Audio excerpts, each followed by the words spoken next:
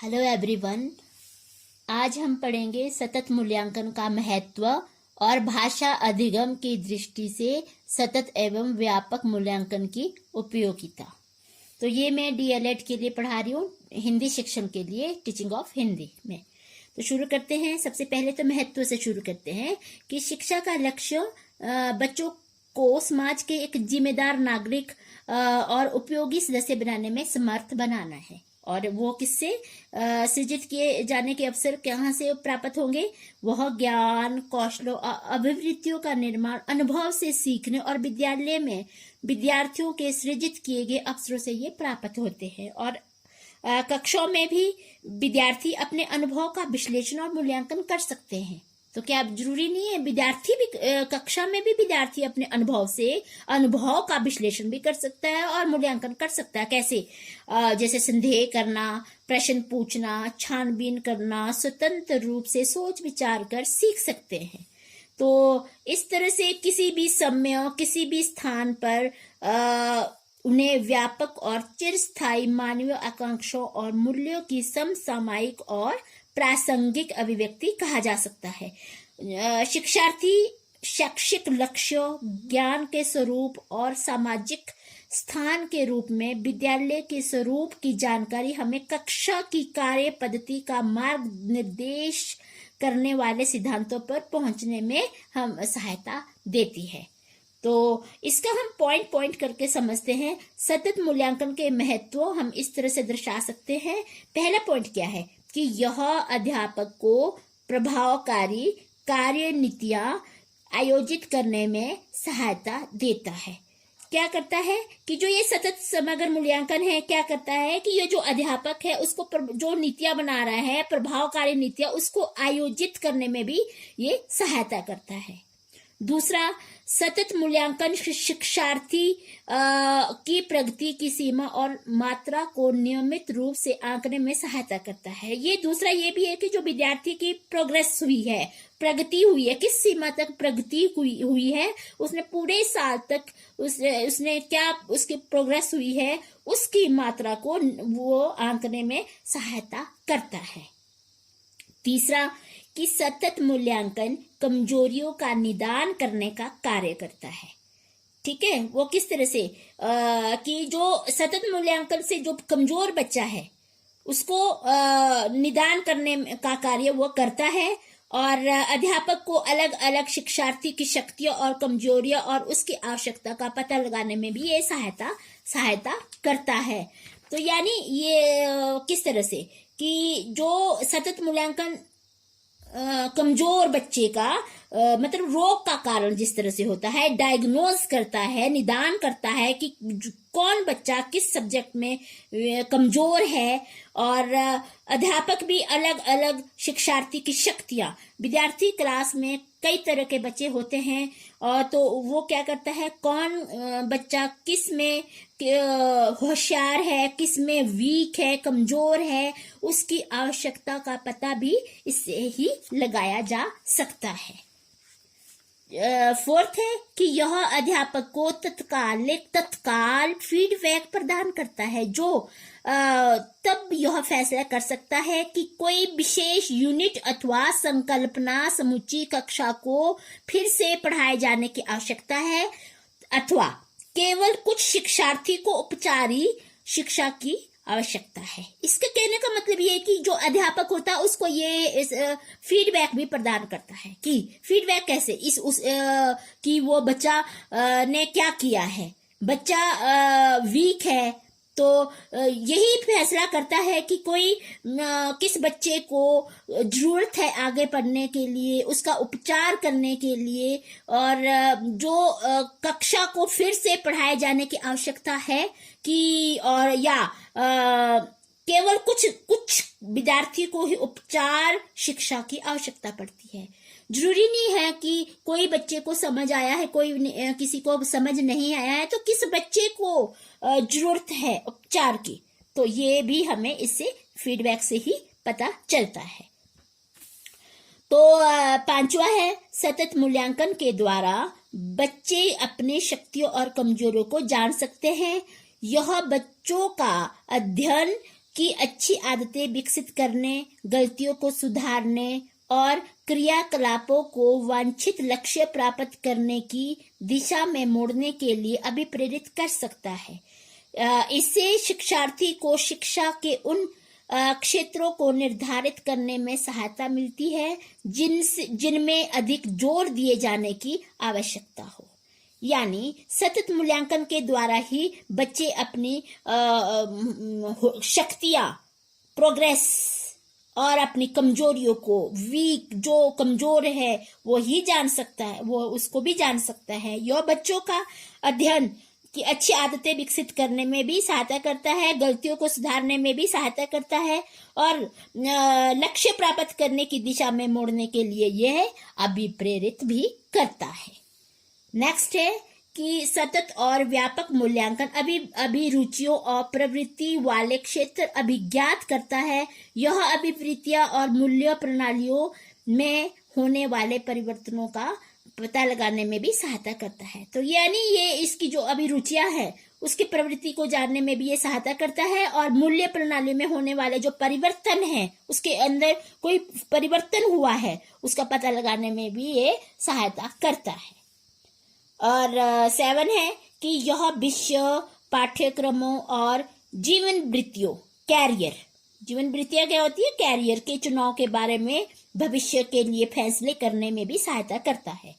तो यह क्या करता है, ये विषय को, पाठ्यक्रम को कि ये पाठ्यक्रम उसकी अकॉर्डिंग हुआ है, बच्चों के अकॉर्डिंग लगा हुआ है, और उसके आगे जीवन वृत्तियां, कैरियर के चुनाव के लिए भी सहायता करता है कि भविष्य में उसने ये फैसला लेना है कि हमें क्या आगे पढ़ना चाहिए, हमें किस चीज की आवश्यकता है।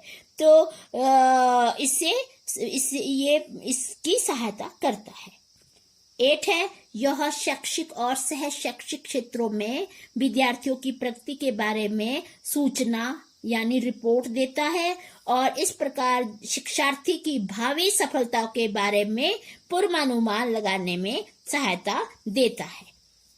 यानी यह शिक्षा के क्षेत्र में भी, कक्षा के अंदर भी, सह शैक्षिक कक्षा के बाहर भी जो भी गतिविधियां वो करता है, विद्यार्थी की प्रगति के बारे में सूचना, रिपोर्ट वो देता रहता है और इस प्रकार से जो विद्यार्थी की जो भावी सफलता का ये अनुमान लगाने में भी ये सहायता करता है। तो ये क्या था, ये था सतत मूल्यांकन का महत्व। अब हम इसके आगे समझते हैं भाषा अधिगम की दृष्टि से सतत एवं व्यापक मूल्यांकन की उपयोगिता। तो हम जिस तरह से हम हिंदी शिक्षण में पढ़ रहे हैं ये, तो अब इसकी उपयोगिता क्या है कि भाषा शिक्षण और मूल्यांकन दोनों प्रक्रियाओं का ये गहरा संबंध है और मूल्यांकन शिक्षा प्रक्रिया का एक आवश्यक अंग होता है। संसार में प्रत्येक मनुष्य का मूल्यांकन की आवश्यकता पड़ती रहती है, ठीक है। जरूरी नहीं है वो शिक्षा के क्षेत्र में उसको मूल्यांकन की आवश्यकता पड़ती है, संसार में प्रत्येक मनुष्य को मूल्यांकन की आवश्यकता पड़ती है। जिस प्रकार से मैं एक एग्जांपल आपको बता रही हूँ, जिस तरह से एक डॉक्टर होता है वो अपनी औषधि का मूल्यांकन रोगी में रोग बढ़ाने या घटाने से करता है, उसी प्रकार जो अध्यापक होता है अपने शिक्षण का मूल्यांकन विद्यार्थियों में हुए व्यवहार परिवर्तन पर करता है। तो शिक्षक को यह भी देखना पड़ता है कि व्यवहार परिवर्तन कहाँ तक एजुकेशनल ऑब्जेक्टिव्स यानी शैक्षणिक उद्देश्यों के अनुकूल है, ठीक है। तो अब आता है, मैं एक दो इसकी डेफिनेशन बताती हूँ। परिभाषा, वैसे मैंने परिभाषा आपको स्टार्टिंग में ही बता दी है, सतत समग्र मूल्यांकन में शुरू में ही बता दी है, पर मैं एक आपको बताती हूँ फिर भी। C.C. रॉस के अनुसार मूल्यांकन जो मापन से अलग है का प्रयोग बच्चे के संपूर्ण व्यक्तित्व अथवा शिक्षा की समुची स्थितियों की जांच प्रक्रिया के लिए किया जाता है। और श्री विजय सूद ने मूल्यांकन की परिभाषा देते हुए लिखा है कि मूल्यांकन एक ऐसी विधि है जो विद्यार्थियों की उपलब्धियां, शिक्षण विधियों तथा शिक्षा उद्देश्यों की जांच कराती है। इन कार्यों में इसकी विशिष्ट एवं व्यापक उपयोगिताओं की ओर संकेत किया गया है और ये उपयोगिता परीक्षण एवं मूल्यांकन को शिक्षा पद्धति का अनिवार्य अंग बना देती है। तो क्या हुआ, ये दो परिभाषाओं से यही स्पष्ट होता है कि मूल्यांकन का अर्थ अत्यंत व्यापक है। मूल्यांकन का क्षेत्र केवल यही तक सीमित नहीं है कि विद्यार्थी ने परीक्षा में कितने अंक प्राप्त किए, बल्कि यह भी देखना होता है कि बालक के व्यक्तित्व का विकास कहाँ तक हुआ है, उसका सर्वांगीण विकास हुआ है और कहाँ तक हुआ है। शिक्षा की सफलता का मापदंड आज बदल चुका है और जिस तरह से परंपरागत शिक्षा और शिक्षण विद्या केवल परीक्षा की आवश्यकता से ही नियंत्रित होती है, किंतु आधुनिक जो होती थी, किंतु आधुनिक मूल्यांकन की मान्यता के अनुसार शिक्षण एवं प्रशिक्षण दोनों ही शिक्षण उद्देश्यों के अनुकूल होना चाहिए। यानी क्योंकि शिक्षण का उद्देश्य बालक के व्यक्तित्व का पूर्ण रूप से ऑल राउंड डेवलपमेंट विकास करना होता है। जब शिक्षण उद्देश्य में परिवर्तन आ जाता है तो मूल्यांकन की मान्यताओं और क्षेत्र में परिवर्तन आना स्वाभाविक ही हो जाता है। ठीक है, अब मूल्यांकन में व्यापक व्यक्तित्व से संबंधित परिवर्तनों तथा शिक्षा कार्यक्रम के मुख्य उद्देश्य पर बल दिया जाता है और इसमें केवल विषय वस्तु का मूल्यांकन ही सम्मिलित नहीं होता है, बल्कि रुचियां हैं, आदर्श, चिंतन, विधियां, कार्य आदतों, सामाजिक समायोजन, योग्यता का मूल्यांकन भी सम्मिलित किया जाता है। इससे यही स्पष्ट होता है कि मूल्यांकन एक ऐसी प्रक्रिया है जिसके द्वारा हम न केवल विद्यार्थियों अथवा शिक्षकों की शैक्षणिक क्रियाओं की जांच करते हैं, बल्कि उनकी पारंपरिक निर्भरता तथा उनकी उपयोगिता की जांच करते हैं। मूल्यांकन द्वारा हमें विद्यार्थियों और शिक्षकों की सीमाओं का समुचित ज्ञान भी हो जाता है। मूल्यांकन एक बहुमुखी प्रक्रिया है। इसको अपनाकर हम यही निश्चित करते हैं कि किसी की योग्यता की संख्यात्मक या गुणात्मक उपयोगिता है कि नहीं। तो इस संदर्भ में विद्वानों ने सतत मूल्यांकन तथा समग्र मूल्यांकन की कल्पना की है। तो इस प्रकार है, जो मैं ये बता रही हूँ, सतत पहले बताऊंगी मैं आपको सतत मूल्यांकन, उसके बाद मैं आपको बताऊंगी व्यापक मूल्यांकन। ये इसकी परिभाषा नहीं है, इसकी उपयोगिता के बारे में। सतत मूल्यांकन की उपयोगिता है क्या? तो जो सतत पहला है सतत मूल्यांकन। मूल्यांकन की प्रक्रिया सतत प्रभावमान है। इसका अर्थ यह हुआ कि जो यह प्रक्रिया निरंतर चलने वाली है और कभी भी बंद नहीं हो सकती है, क्योंकि इसका अध्ययन और अध्यापन के साथ गहरा संबंध है। मूल्यांकन विद्यार्थी और शिक्षक दोनों के सामने उनकी सही छवि प्रस्तुत करने में ये समर्थ है और मूल्यांकन से शिक्षक को यह भी पता चल जाता है कि बच्चों को जो शिक्षण प्रदान कर रहा है वह सही है या गलत है।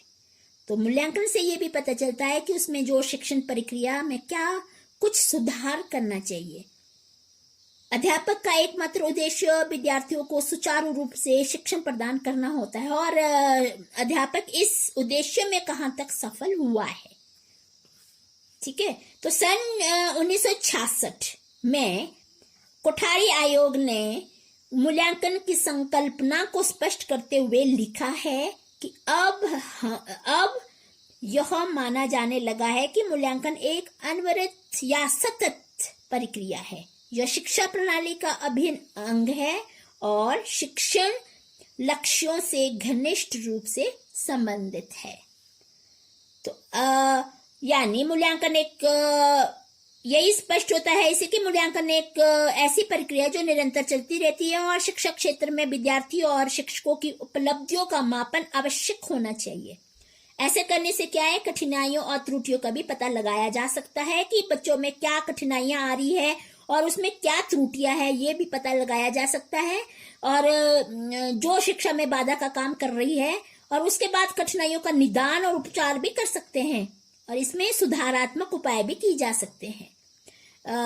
तो इसके पश्चात परिणाम उसका परिणाम प्राप्त होकर लगातार विश्लेषण होते रहना चाहिए। जहां तक हिंदी भाषा का शिक्षण है, यानी जहां तक हम हिंदी भाषा का शिक्षण की बात कहें तो उसमें मूल्यांकन के अंतर्गत विद्यार्थी के अधिगम और व्यक्तित्व की जांच नहीं होती है, बल्कि हिंदी भाषा शिक्षण के संपूर्ण कार्यक्रम, पाठ्यक्रम, पाठ्यपुस्तक तथा पाठ्यचर्या का भी मूल्यांकन किया जाता है। और इसके साथ साथ हिंदी भाषा शिक्षण के उद्देश्य, शिक्षण विधियों तथा शैक्षिक और सह शैक्षिक क्रियाओं का मूल्यांकन भी किया जाता है। ठीक है, तो ये था सतत मूल्यांकन। तो इसे हमें जो सतत मूल्यांकन है ये निरंतर चलने वाली प्रक्रिया है। तो जिस तरह से मैंने अभी कहा कि विद्यार्थी अपने उपलब्धि स्तर को निरंतर वृद्धि की ओर ले जाए, इस संदर्भ में कुछ बातें उल्लेखनीय है। वो क्या है? पहला है कि सतत मूल्यांकन से ये पता चलता है कि बालक बालिकाओं का विकास हो रहा है अथवा नहीं। दूसरा, सतत मूल्यांकन से हम यह भी जान सकते हैं कि हिंदी शिक्षण के उद्देश्यों की पूर्ति किस सीमा तक हो रही है। तीसरा, सतत मूल्यांकन से हमें छात्र छात्राओं की क्षमताओं तथा सीमाओं का निरंतर पता चलता रहता है। चौथा, आवश्यकता पड़ने पर हम शिक्षण पद्धति तथा तकनीक में आवश्यक सुधार भी कर सकते हैं। पांचवा, कि इसके द्वारा हम बालक बालिकाओं का वर्गीकरण कर सकते हैं। छठा, परीक्षा का समय समीप आने पर हम बच्चों को अतिरिक्त परिश्रम करने के लिए प्रेरित कर सकते हैं। सातवां, कि सतत मूल्यांकन द्वारा शिक्षण विधियों और तकनीकों की उपदेयता तथा सीमाओं का ज्ञान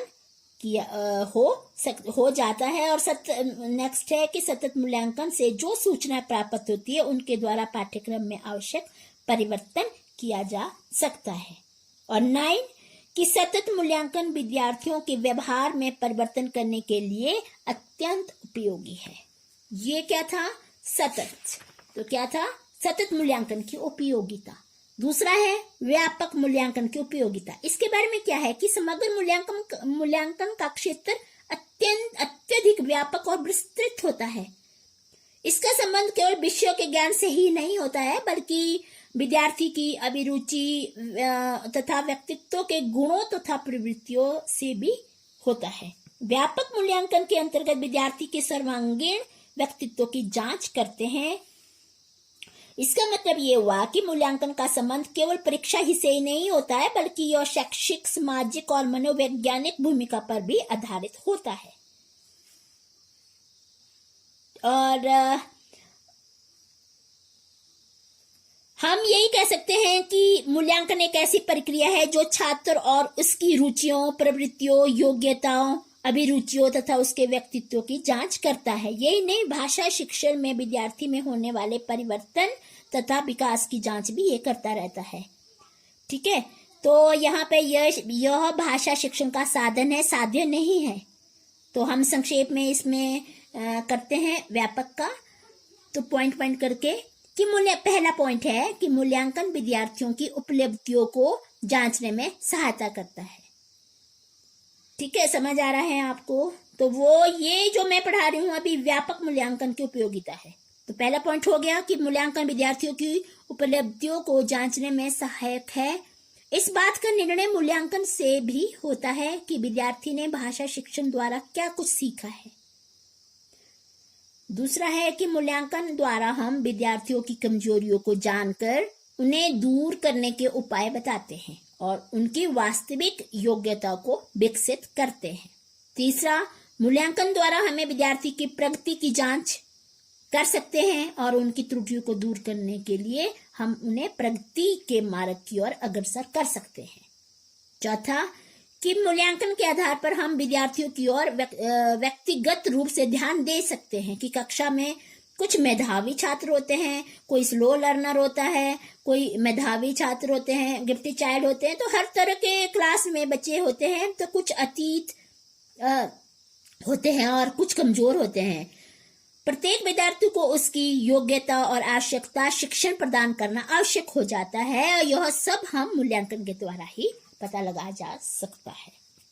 5वां है कि मूल्यांकन विद्यार्थियों को प्रेरणा प्रदान करती है कि विद्यार्थी अपनी पढ़ाई की ओर समुचित ध्यान नहीं देते हैं और परीक्षा निकट आते ही परीक्षा में रुचि लेने लगते हैं और अच्छे अंक लाने के लिए क्या करते हैं, परिश्रम करते हैं। तो मूल्यांकन विद्यार्थियों की 6 है, मूल्यांकन विद्यार्थियों को योग्यता अनुसार विषय चुनने में भी सहायक होते हैं, परंतु यह स्थिति केवल उच्चतर कक्षाओं पर ही लागू होती है। 7 है कि मूल्यांकन शिक्षा के उद्देश्यों को प्राप्त करने में सहायता करता है और मूल्यांकन से ही विद्यार्थियों के व्यक्तित्व का सर्वांगीण विकास किया जा सकता है। 8 है कि मूल्यांकन शिक्षण विधियों में सुधार में अपनी हमारी सहायता करता है, क्योंकि मूल्यांकन द्वारा ही शिक्षण विधियों की त्रुटियों को जांचा जा सकता है। और 9 आता है कि जो मूल्यांकन पाठ्यक्रम में सुधार में सहायक होता है और मूल्यांकन से हमें ये भी ज्ञात होता है कि पाठ्यक्रम में क्या त्रुटियां है और उन्हें कितना दूर करना कितना आवश्यक हो जाता है। तो ये आज हमने जो पढ़ा वह पढ़ा सतत मूल्यांकन का महत्व और भाषा शिक्षण की दृष्टि से सतत एवं व्यापक मूल्यांकन की उपयोगिता। Thank you.